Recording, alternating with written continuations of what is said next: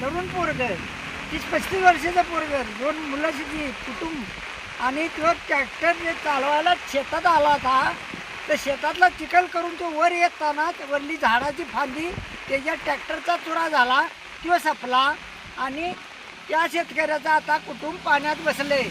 शेतकरी म्हणण्यापेक्षा ते पोरग तरुण आहे, अजून पोरं 2 शिक्षणाला आहेत, घरचं कुटुंब नाही, जमीन जागा कमी आहे, शेतीची ह्याच्यावर तो पोट भरिता. पावसाळ्यापूर्वी मामा अधिकाऱ्यांनी जरी धोकादायक झाडे रस्त्यावर आहे ती जर पाडली असती तर ह्यो दुर्दैव वेळ आली नसती. झालं नसतं.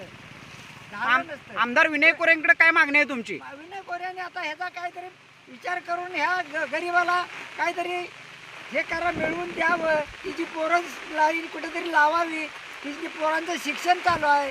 मग अनेक झाडं अशी धोकादायक स्थितीत आहेत मामा, ह्या संदर्भात काय विभागाचे कोणतेही प्रयत्न केले जात नाहीत पाडण्यासाठी? प्रयत्न म्हणजे आता ह्या रस्त्याच्या ह्याने ह्या झाडाचा विचार करून आज हे झालं, दुसऱ्यांदा आणि जर परत झालं एखादा शेतकरी जर गावला तर ते मोठं नुकसान आहे. होय, नुकसान म्हणजे त्याचं कुटुंब